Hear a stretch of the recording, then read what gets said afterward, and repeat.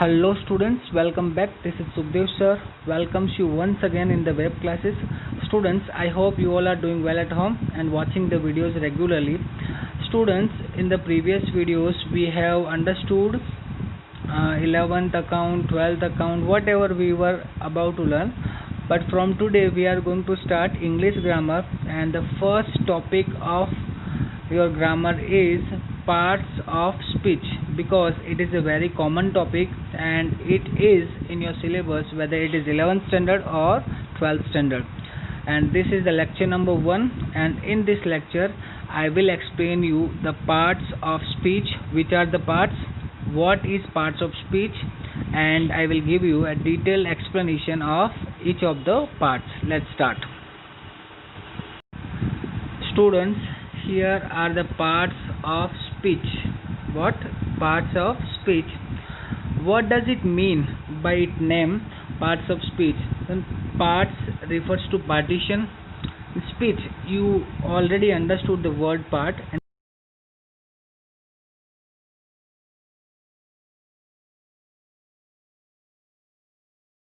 parts of speech, मेरे कहने का मतलब ये है कि किसी सेंटेंस के अंदर there are lots of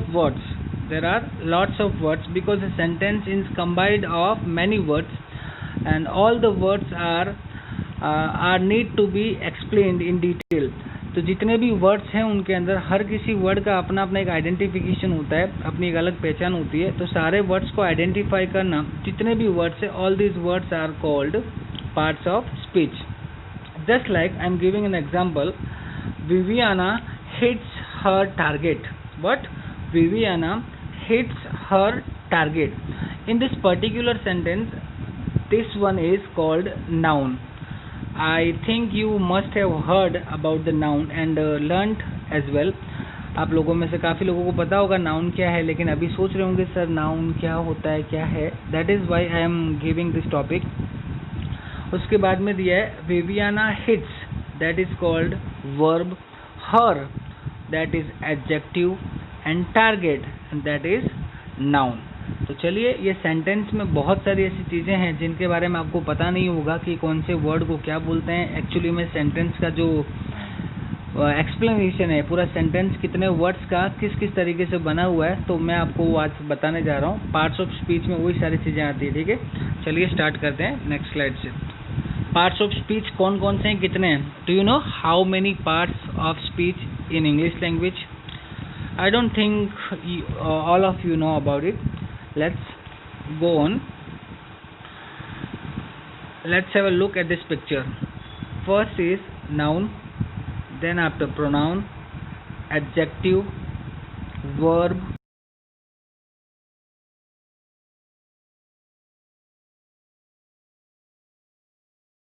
parts of speech.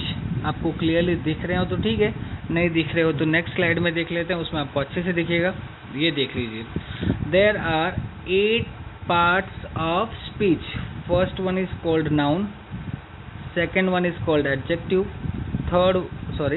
Second one is called, first one is noun, second one is pronoun, adjective, verb, adverb, preposition, conjunction, interjection. आप लोग सोच रहे होंगे सर ये सारे वर्ड्स हमने देखे हैं, सुने हैं, पढ़े भी हैं, लेकिन डिटेल में नहीं पता है, क्योंकि हर साल पढ़ते हैं, हर साल हम भूल जाते हैं. हर बार का यही है, पढ़ोगे फिर भूल जाते हो. तो इस बार थोड़ा अच्छी तरह से देखो, आपके पास टाइम है. You have enough time to learn all this type of parts of speech and other grammar parts. बराबर. तो चलिए देखते हैं. We are going to start with the noun. What is noun? तो आपको दिख रहा होगा clearly. I means with the help of eye you can see, with the help of mind you can think. All that you can see, feel or think is noun. Clearly पता चल गया होगा. All that you can see, feel or think is noun. तो आप अपने surrounding में देख सकते हो, जो भी आपको दिखाई देगा that can be called noun. अब वो बाद में डिसाइड करेंगे कौन सा नाउन है, which type of noun it is, वो बाद में डिसाइड करेंगे. लेकिन जो भी आपको दिखता है, जो भी आप फील करते हो या फिर जो भी आप सोचते हो, that is noun. For example, same name है, Paris city, pen, material, happiness, feeling, etc. तो these are the types of noun, names of the nouns. तो types को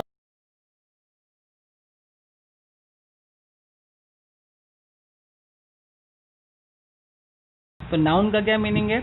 all that you can see, feel और think is called noun. देखो, you can see a car, a peacock, an umbrella, a house, a man, a bird, etcetera etcetera. Feel, क्या क्या feel कर सकते हो? Air, कुछ time के लिए हवा आनी बंद हो जाए तो कैसी गर्मी लगेगी, लेकिन जैसे ही हवा अगर फेस पे लगेगी, एयर फेस पे लगेगा, लाइक एसी चालू करते हो तो कूलिंग लगती है. बहुत गर्मी हो तो पंखा 4 to 5, 4 या 5 नंबर पे चलाओगे तो बहुत हवा लगेगी, तो उसको फील कर सकते हो आप. सोरो, सोरो दैट मीन्स दुख, उसको सोरो बोला जाता है. हैप्पीनेस, ये सोरो का अपोजिट होता है. पेन, आप लोग अच्छी तरह से समझते हो और आज की जनरेशन बहुत अच्छे से समझती है इसको, etcetera. You can think, what can you think? Psychology, physics, life, fortune, etcetera. ठीक है. कॉमन डेफिनेशन ऑफ नाउन, तो नाउन की कॉमन डेफिनेशन क्या है? A noun is naming word, means whatever, whichever, wherever the word is, whenever we name the word, that is called noun. मतलब जहाँ पर भी, जो भी, कहीं पर भी आपको कोई भी वर्ड दिखाई देता है, वर्ड बराबर, कोई भी वर्ड हो, अगर उसका आपने प्रॉपर नाम दे दिया कोई भी तरीके से, like pen, pencil, mountains, rivers, love, hatred, बराबर, तो किसी भी तरीके का कोई भी वर्ड हो, उसको नाम आपने दिया, that means naming a noun is called noun. Naming a word, that is called noun. ठीक है. नाउन क्लियर हो गया I think. All that you can see, feel और थिंक इज कॉल्ड नाउन. चलो, ये फर्स्ट पार्ट था. अब देखते हैं सेकेंड पार्ट. नाउन के बाद में क्या आता है? प्रोनाउन. तो प्रोनाउन में देखो,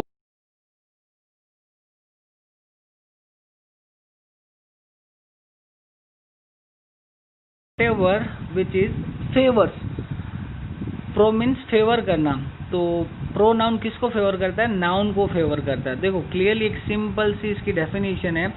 अ word that is used for a noun is called a pronoun. A word that is used for a noun is called pronoun. मतलब नाउन के लिए जो यूज किया जाता है उसको हम बोलते हैं प्रोनाउन. नाउन के लिए जो यूज किया जाता है उसको हम बोलते हैं प्रोनाउन. बोले सर नाउन के लिए कैसे यूज करेंगे? कर सकते हैं, जैसे बॉय तो ही यूज करेंगे, गर्ल सी यूज करेंगे, मोर देन वन पर्सन, 2 लोग हैं बराबर, दे यूज कर सकते हैं फॉर द प्लूरल, बराबर. मोर देन वन पर्सन को प्लूरल बोलते हैं ना, सिंगुलर प्लूरल, तो उसमें आप लोग यूज कर सकते हो. तो he, she, it, him, her, its, etcetera etcetera. There are lots of types of pronouns which we will discuss in the coming videos. फिलहाल मैं आपको सिर्फ प्रोनाउन क्या होता है वो बता रहा हूँ. Pronoun is used for a noun, it is called a pronoun. बराबर. a word that is used for noun means in place of noun, noun की जो जगह लेता है, नाउन की जगह पर जिसको हम यूज कर सकते हैं, that can be called pronoun. ठीक है. प्रोनाउन क्लियर हुआ. चलो अब जाते हैं नेक्स्ट में.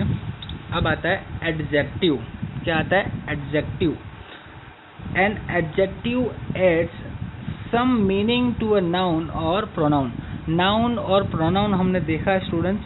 अब उसमें कुछ मीनिंग ऐड करना. An adjective add some meaning to a noun और प्रोनाउन. तो नाउन और प्रोनाउन क्या होता है वो तो आप समझ गए होंगे. तो उसमें क्या ऐड करता है, चलो वो देखते हैं. Adjectives are describing words. Adjectives are describing words. अगर मैं आपको शॉर्ट में बताऊं,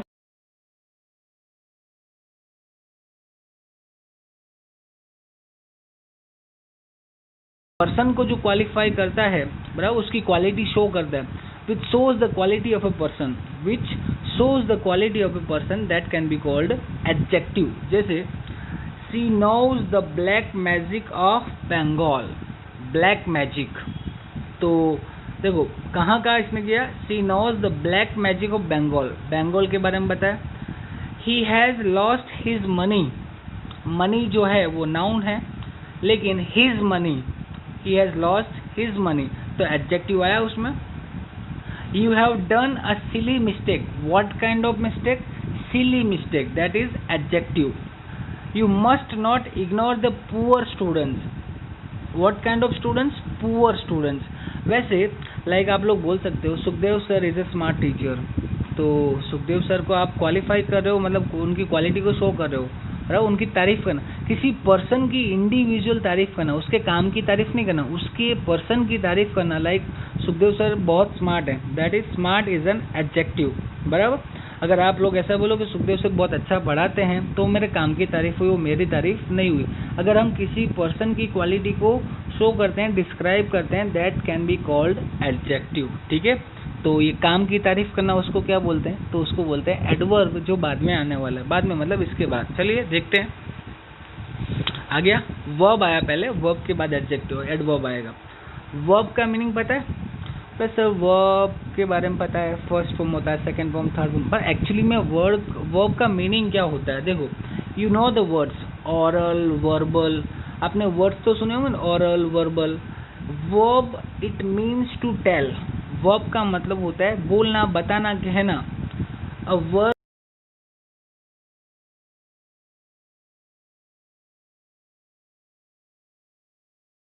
एक्शन हो रहा है। A verb is a word that tells about the action. Action को बताना, एक्शन के बारे में बोलना, दैट इज कॉल्ड वर्ब। जैसे she writes a letter to her friends, तो ये एक्शन हो रहा है, काम किया जा रहा है, लेटर राइटिंग हो रहा है, बराबर। तो वो काम को एक्शन को बताना, that is right is a verb. She is a teacher in A school, बराबर। स्टेट ऑफ सब्जेक्ट, तो ये हेल्पिंग वर्ब में भी बोल सकते हो। और वर्ब का मतलब आप लोग अच्छे से समझ गए होंगे, कोई भी एक्शन को शो करना, एक्शन को बताना, दैट इज कॉल्ड वर्ब। अब आता है एडवर्ब। देखो वर्ब था, उसमें ऐड करना है, तो a word that add something या some meaning to a verb. Verb में कुछ मीनिंग ऐड करना। ये देखो मैं शॉर्टकट में आपको बताता हूँ और जल्दी से याद भी रह जाएगा। मेरा ही एग्जांपल है सुखदेव सर का, जैसे आपने अभी बोला Sukhdev sir is a very smart teacher, तो वो आपने मेरे पर्सन की, मतलब पर्सनली मुझे आपने मेरी क्वालिटी को शो किया, बराबर, तो वो हुआ एडजेक्टिव। सुखदेव सर बहुत अच्छा पढ़ाते हैं, Sukhdev sir teach very well, means आप लोग ने मेरे काम की तारीफ की, बराबर, तो वो हो गया एडवर्ब। वर्ब मतलब दैट शोज एन एक्शन, जो एक्शन को शो करता है, that is called verb. What kind of action it is? जो एक्शन किस टाइप से है, किस टाइप का काम है, अगर उसको शो करते हैं, दैट मीन्स उसको हम क्या बोलते हैं? एडवर्ब बोलते हैं। क्या बोलते हैं? एडवर्ब, ठीक है। देख लो example, an adjective or another adverb is called an adverb, like she talks loudly in the class. Talks is a verb. How she talks? Loudly. कैसे बोलती है वो? Loudly बोलती है। He walks slowly. Walks slowly. How she walks? तो how she walks slowly. Your doll is very costly. तो your doll ये तो सब्जेक्ट हुआ, पर किस टाइप की है, कैसी है? कॉस्टली है।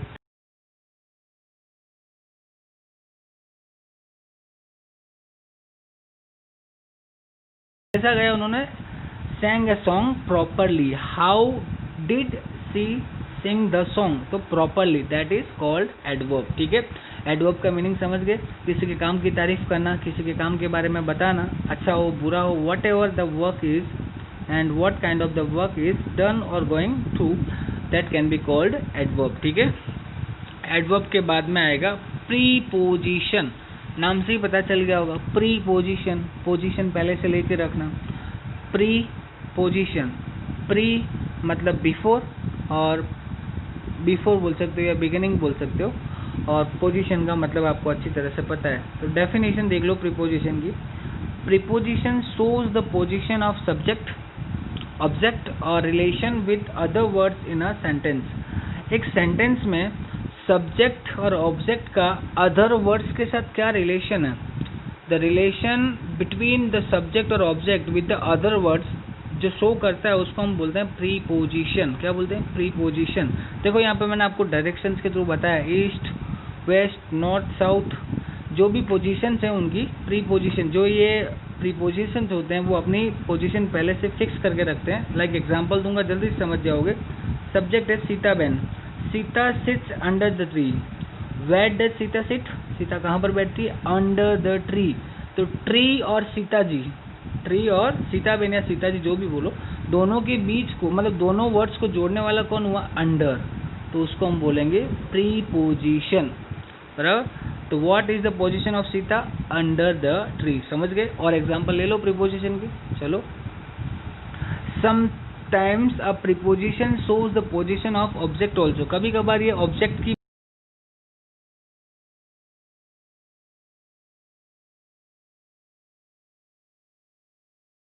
लेकिन एज यूजुअल आपने कभी पढ़ने की कोशिश ही नहीं की, समझने की कोशिश नहीं की, तो सब्जेक्ट ऑब्जेक्ट में प्रॉब्लम आती होगी। तो आने वाले कमिंग वीडियोस में I will explain all this kind of terminologies of English grammar. So what, बराबर। तो फिलहाल अभी जो बता रहा हूँ वो समझो। He has kept N orange on the table. He has kept N orange, he has kept an orange on the table. तो where does he has kept the orange on the table? Means यहाँ पर भी orange की position बताई जा रही है। she will meet you at 5 o'clock. when she will meet you at 5 o'clock मतलब at 5 टाइमिंग और सी सब्जेक्ट और अदर वर्ड्स के बीच में जो पोजीशन बना रहा है, दोनों के बीच का रिलेशन बता रहा है, उसको हम बोलते हैं preposition. Example, the book has been kept in the drawer. बराबर, ये नाउन है, ये सब्जेक्ट है, और इन द ड्रॉअर दोनों के बीच में रिलेशन क्रिएट करता है, that is called preposition. She advised us and went on. Advice दी और निकल ली, प्रीपोजिशन ऑन दिया देखो। बराबर, तो ये भी एक प्रकार का एक्सेप्शन दिया है इसके अंदर। इसके अंदर देखो अदर वर्ड्स के साथ कोई रिलेशन नहीं है, लेकिन फिर भी प्रीपोजिशन यूज़ किया है। तो प्रैक्टिस करोगे तो ये समझ में आएगा। The book has been kept under the table. The book has been kept under the table. देखो प्री पोजिशन, तो what is the position of pre? The book, पहले की बुक, आंसर क्या है? Under the table. Preposition मतलब book पहले रखी गई थी, फिर कहाँ रखी है? Under the table. तो दोनों के बीच का रिलेशन बताया जा रहा है, दैट इज कॉल्ड प्रीपोजिशन। इसको हम बोलते हैं प्रीपोजिशन। ठीक है, अब उसके बाद में आता है इंटरजेक्शन। क्या आता है? Interjection.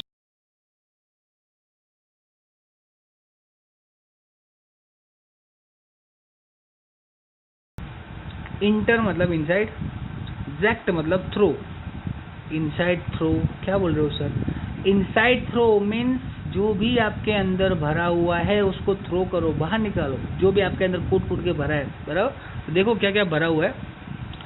It is a word, it is a word that helps you to throw your sudden feelings out that you have inside your heart on in your sentiment. It expresses sudden feelings. देखो यहाँ पर examples दिए। Example 1, alas he is dead. Alas का मतलब बहुत दुख वाली feeling है भाई, बेचारा मर गया। Hurray we have won the match, बहुत पुराना एग्जाम्पल है फिर भी मैंने लिया है। Hurray we have won the match. जब भी आप बहुत खुश होते हो तो hip hip hurray, hip hip hurray करते हो कि नहीं करते हो? अभी मत करना।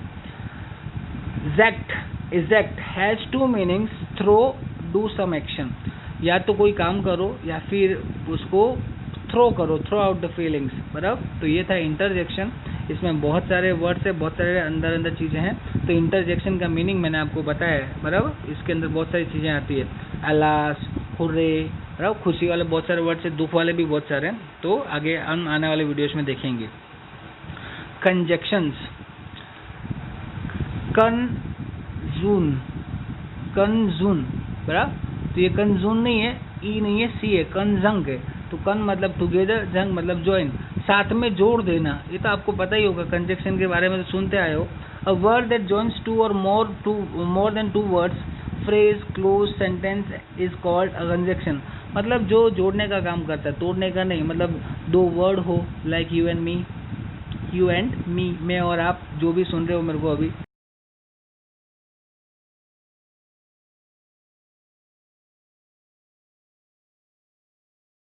He studied in the 11th class. बराबर, ये हो सकता है 2 सेंटेंस को जोड़ दिया। तो ये जोड़ने का जो काम करता है उसको हम बोलते हैं कंजक्शन। तो इसमें एग्जांपल्स दिए हुए हैं, आप समझदार हो, समझ लेना, बहुत ईजी है, सिर्फ जोड़ने का काम करता है। आपका एक फेमस एग्जाम्पल ले लेता हूँ। Sir, I was not able to attend the class yesterday because I was not feeling well. मैं क्लास में नहीं आया क्योंकि मेरी तबीयत ठीक नहीं थी। बोलते हो कि नहीं बोलते? क्योंकि, बिकॉज, उसको भी हम क्या बोलते हैं? Conjunction. It is a joint, there is a joint. with the help of because. ठीक है, कंजक्शंस क्लियर हो गए. अब difference between preposition and conjunction. तो आप सोच रहे होंगे सर प्रीपोजिशन भी तो ज्वाइन करता है ना, रिलेशन बताता, that means it is joining the parts. तो देख लो क्या डिफरेंस है. We get a phrase with preposition. देखो, the sun rises in the east, phrase. We get a clause with conjunction. अब ये आपको मैं सिंपल भाषा में बता देता हूँ, ज़्यादा कंफ्यूज नहीं करूँगा. अब प्रीपोजिशन जो है सेंटेंस को तोड़ता नहीं है, सेंटेंस को तोड़ता नहीं है, मतलब रिलेशन बताता है. और ये कंजक्शन जो है मोर देन 2 वर्ड्स, मोर देन 2 सेंटेंस, उन सेंटेंस को क्या कर देता है, मतलब कंबाइन कर देता है, जोड़ देता है. ये दोनों के बीच का डिफरेंस है, बराबर. तो सिंपल भाषा में डिफरेंस को बोलो तो प्रीपोजिशन से आपको फ्रेज मिलेगा, like she was studying under the tree. तो अंडर द ट्री जो वर्ड है उसको सी सब्जेक्ट के साथ जोड़ा जा रहा है, बराबर. और कंजक्शन का मीनिंग तो आपको पता चल ही गया, ज्वाइनिंग है, बराबर. तो I have helped you because you are honest. ये देखो 2 अलग अलग सेंटेंस मिले आपको. जब भी आप कंजक्शन रखोगे तो 2 अलग अलग सेंटेंस बन जाएंगे, बराबर. तो उसको हम बोलते हैं कंजक्शन.